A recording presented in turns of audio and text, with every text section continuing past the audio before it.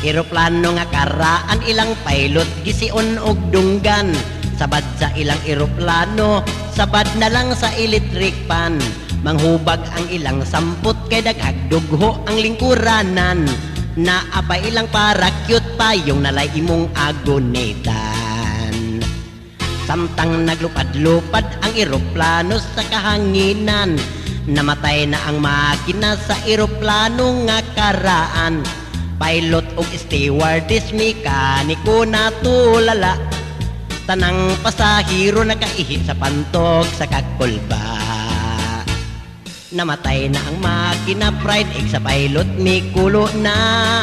Passenger get ready, come on, jump everybody. Pilot o stewardess nangambakwa na mga bahag ilang kamot kakumbitay ilang baba gangisi.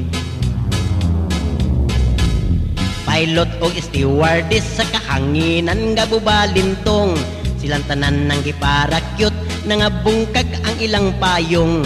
Mibalik pag-andar ang eroplano nga karaan, og ang nagmaniho si Maxi na lang og si Bibi.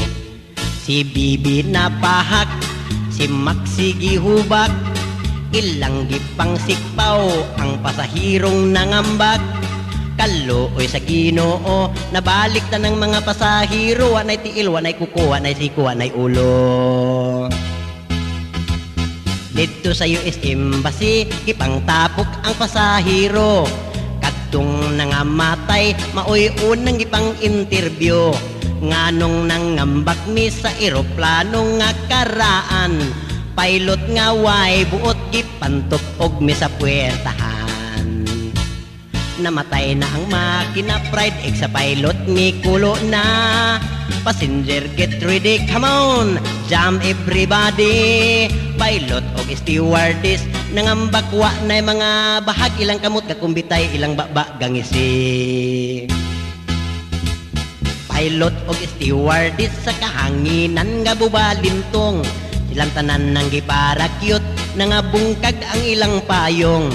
Mibalik pag-andar ang eroplano nga karaan, og ang nagmaniho si Maxi na lang og si Bibi.